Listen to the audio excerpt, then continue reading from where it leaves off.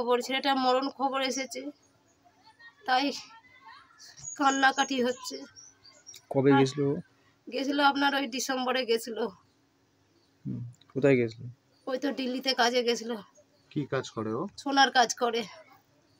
কত বছর বাইরে আছে? বাইরে তাও আছে 14-15 বছর, না 14-15 বছর হবে না, 7-8 বছর হবে। বাইরে বাইরে ঘুরছে, বাইরে কখনো কাজ করতো, দেশে কাজ করতো, যেখানে যা ওকে ভালো লাগতো সেখানেও চলে যেত।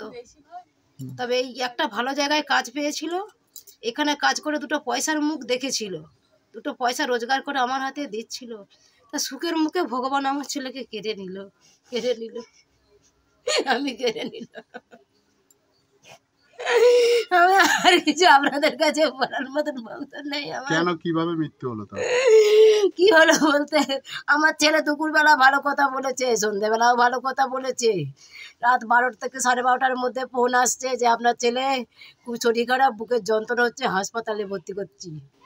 তারপর কিছুক্ষণ পরে 1:30 নাগাদ মরণ খবর এলো, রাত 1:30 নাগাদ। কে বললো সেটা? সেটা আমার ওখানে একটা জামাই থাকে, আমার দিদির জামাই, মানে আমার বোনজি জামাই, সে থাকে, সে ফোন করে বললো। কি বললো আপনাদের? যে এরকম, আমাকেও ঠিক করে বলে না, বলেছে আমাদের বাড়ির লোককে, আমাকে শোনাচ্ছে না এরা, যাতে ওর মায়ের এমনিতে অসুস্থ শরীর, যে কিছু হয়ে যাবে, ওকে এখন শোনাবে না। রাত 12টা নাগাদ ছেলেটা অসুস্থ। কিভাবে মারা গেছে ও? কিভাবে মানে, ওই তো বুকের যন্ত্রণা হচ্ছিল, মানে হঠাৎই বুকের যন্ত্রণা? হ্যাঁ বুকের যন্ত্রণা হচ্ছিল, কিন্তু আমার সঙ্গে ভালো কথা বলেছে। এবার ওর কি ভিতরে কষ্ট হয়েছে না হয়েছে আমাকে কিছু বলেনি, হয়তো একটু যন্ত্রণা হচ্ছিল, আমাকে বলেনি যে মায়ের তো এমনিতেই শরীর খারাপ, বললে হয়তো টেনশন করবে যে কিছু হয়েছে, আমাকে কিছু বলেনি। কিন্তু আমি দুপুরবেলা ভালো কথা বলেছি। কোনো রকম অশান্তি বা এরকম? না না না না না, কিচ্ছু নাই, কিচ্ছু অশান্তি ফশান্তি কিচ্ছু নেই।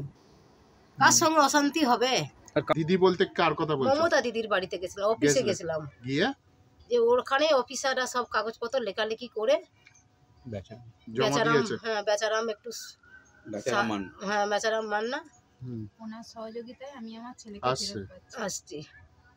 কালকে আমরা দিদিকে নিয়ে, দাদাদেরকে নিয়ে, আমাদেরকে নিয়ে ওনারা গিয়েছিলেন অফিসে, কাগজে লেখালেখি করে নবান্নে জমা পড়েছে।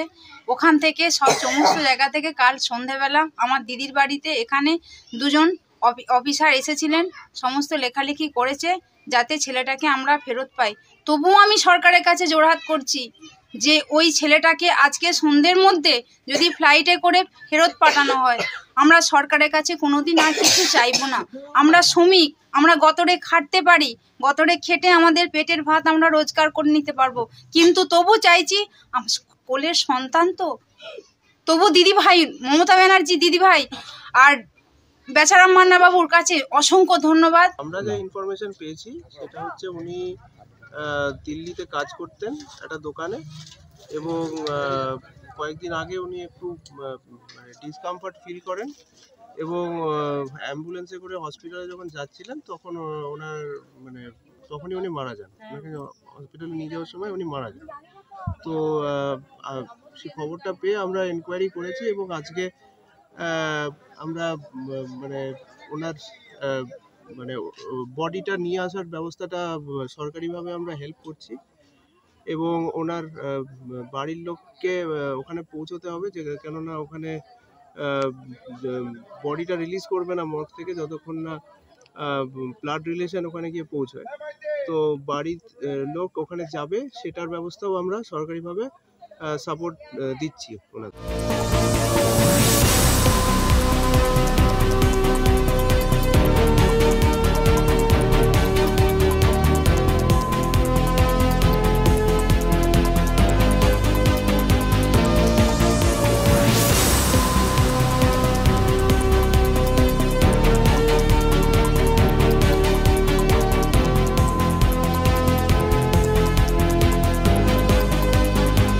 ফলো করুন সংবাদ প্রতিদিন ডিজিটাল।